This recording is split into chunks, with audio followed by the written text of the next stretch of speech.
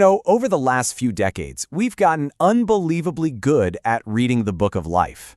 But all that reading has created this new problem. We've ended up with a massive, planet-sized library with no catalog system. So in this explainer, we're diving into how scientists are building that catalog, how they're transforming a total flood of biological data from absolute chaos into crystal clarity. So here's our roadmap for today. We're going to start with what I'm calling the data tsunami, just to give you a sense of the scale. Then, we'll decode the different kinds of information we're actually talking about. After that, we'll look at the digital libraries built to tame it all, learn the difference between raw archives and curated encyclopedias, and see how a universal language makes it all work. And finally, we'll get to the really cool part, how this system fuels actual, real-world discoveries. All right, first up, the sheer scale of the challenge. And believe me, when I say scale, I'm not talking about a little stream of data. I mean a full-blown, world-changing tsunami.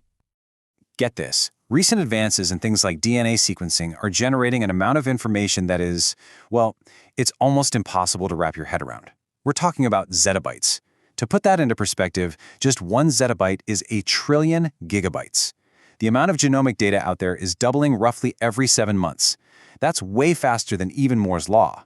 So this isn't just more data, it's a fundamental shift in how biology even works. And that right there is the core question for all of modern biology. I mean, it's great to have all this data, but if you can't find what you're looking for, it's really just noise, isn't it? How on earth do you find that one single gene variant in a billion that might be the key to understanding a disease? So how do you even begin to tame this ocean? Well, the very first step is to understand what's actually in it. Because it's not just one big blob of data, it's a whole rich ecosystem of different kinds of biological information. The easiest way to think about it is like different kinds of books in our library of life. First, you've got the master blueprints, that's the DNA sequences. Then you have the working copies that get sent out to the cells factories. Those are the RNA messengers. You've also got the 3D schematics for the cellular machines themselves, the protein structures. And finally, you have the activity logs which show which blueprints are being used and when, and that's gene expression data. Okay, so you're faced with this absolute flood of all these different data types. How do scientists create any sense of order? Well, they build a very specific kind of digital library. And the formal name for this is a biological database. Now, this is way more than just a big hard drive stuffed with files. The two key words you need to focus on here are organized and searchable. It's a system designed from the ground up to store, manage, and let you find this incredibly complex information, and do it efficiently.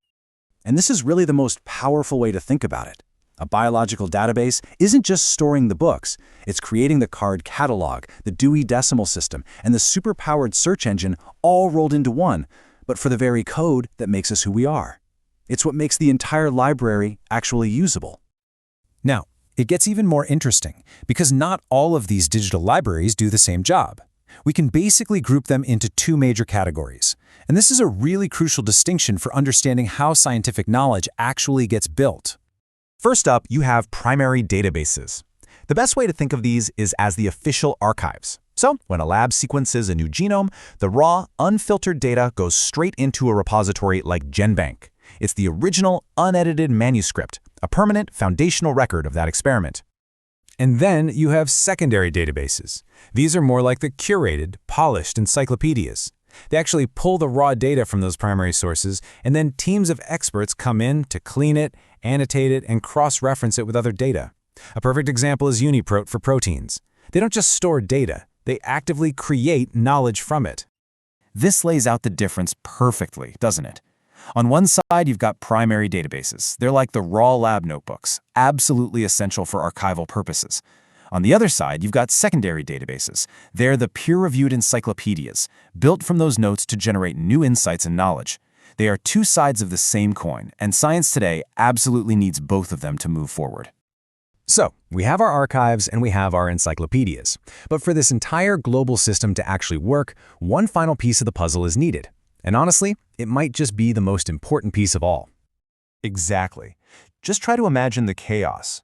If a researcher in Japan describes a gene one way, and a researcher in Brazil describes it another way, how could a computer system in Germany possibly figure out that they're talking about the exact same thing? The simple answer is, it can't. The solution is data standardization. This is the real unsung hero of the entire field of bioinformatics. It's this global agreement to use the same file formats, the same official names for genes, the same terms to describe what a protein does. It is, quite literally, the universal language of biological data. And this workflow shows you exactly how it all fits together. Look up there on the top left. An experiment generates some raw data. That data then gets stored in a primary database for safekeeping. Then comes the critical step over on the top right, curation and standardization, making sure everyone is speaking the same language. It's only after that step that the data can be integrated into a secondary database, which allows scientists all over the world to perform the kind of massive global analyses you see at the bottom.